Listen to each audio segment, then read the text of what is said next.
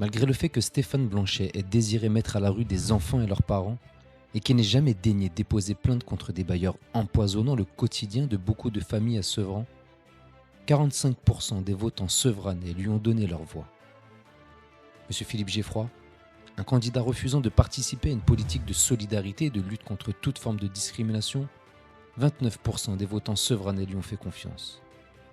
Pour tout l'amour fraternel que j'ai pour mes concitoyens, je me demande si certains d'entre eux ne sont pas victimes d'un syndrome de Stockholm électoral. Selon les spécialistes, le syndrome de Stockholm se résume principalement en 3 points. Premièrement, la confiance et l'empathie de l'otage envers son ravisseur. Lors de nos rencontres citoyennes, certains Sevranais nous ont dit trouver sympathiques M. Blanchet et M. Geffroy, malgré les fautes politiques portées à leur connaissance. Deuxièmement, le sentiment positif du ravisseur envers son otage. Malgré les entorses graves aux valeurs de la République, M. Blanchet et M. Geffroy prétendent aimer les Sevranais en leur demandant, des plus aisés aux plus fragilisés, de les conduire à nouveau vers un mandat d'autorité communale. Et pourtant, les plus fragilisés d'entre nous, dans nos rencontres de terrain, nous disent ne jamais les avoir vus pendant les 6 dernières années. Troisièmement, l'hostilité des victimes envers les forces de l'ordre.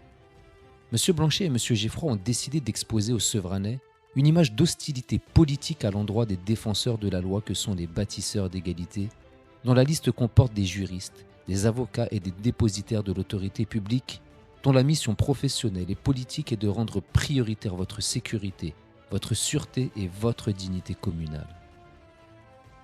Aujourd'hui, la liste vers une nouvelle dynamique porte dans son sein des citoyens spécialisés en droit et représentant dans leur quotidien l'ordre républicain afin que l'application de la loi puisse permettre l'égalité en droit pour tous.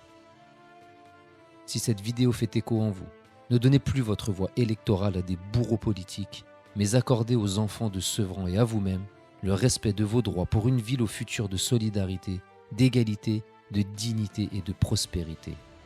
Le 28 juin 2020, je vous invite à plébisciter les valeurs politiques de vos dévoués bâtisseurs d'égalité.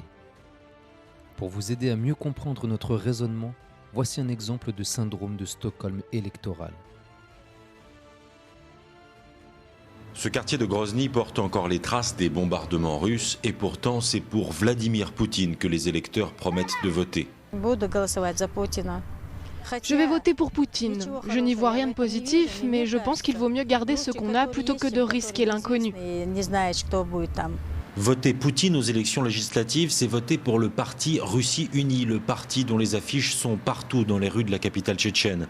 Elles sont presque aussi nombreuses que les portraits du président tchétchène Ramzan Kadyrov. Comme Ramzan Kadyrov a dit que Russie Unie ferait 100% en Tchétchénie, eh bien Russie Unie fera au moins 99%. En Tchétchénie, Ramzan Kadyrov est la tête de liste du parti de Vladimir Poutine et il domine toute la scène politique. Il fait la une de tous les bulletins d'information des télévisions locales et il affiche une santé de fer. Personne n'ose s'affronter au jeune président, pas même le parti communiste tchétchène. Il n'y a pas d'opposition, regardez autour de vous. Comment peut-on être opposé à tout ça ? Non seulement Ramzan Kadyrov reconstruit Grozny au pas de course, mais il se vante d'avoir arrêté la guerre. Alors même dans les quartiers encore meurtris par les combats, personne ne veut risquer de menacer le fragile équilibre et tout le monde promet de voter Russie Unie. Je voterai Russie Unie.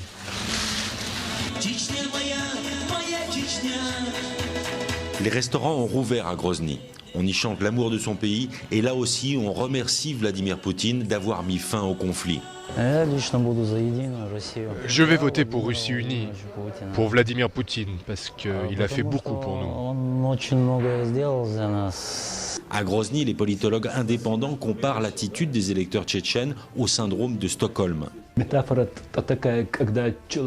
On pourrait utiliser la métaphore suivante. C'est comme si vous plongiez la tête de quelqu'un dans l'eau pour qu'il se noie, et dès que vous le laissez lever la tête pour respirer, le type se dit « Mais quel bonheur, je respire !» Les Tchétchènes sont comblés par le bonheur simple de ne plus être bombardés.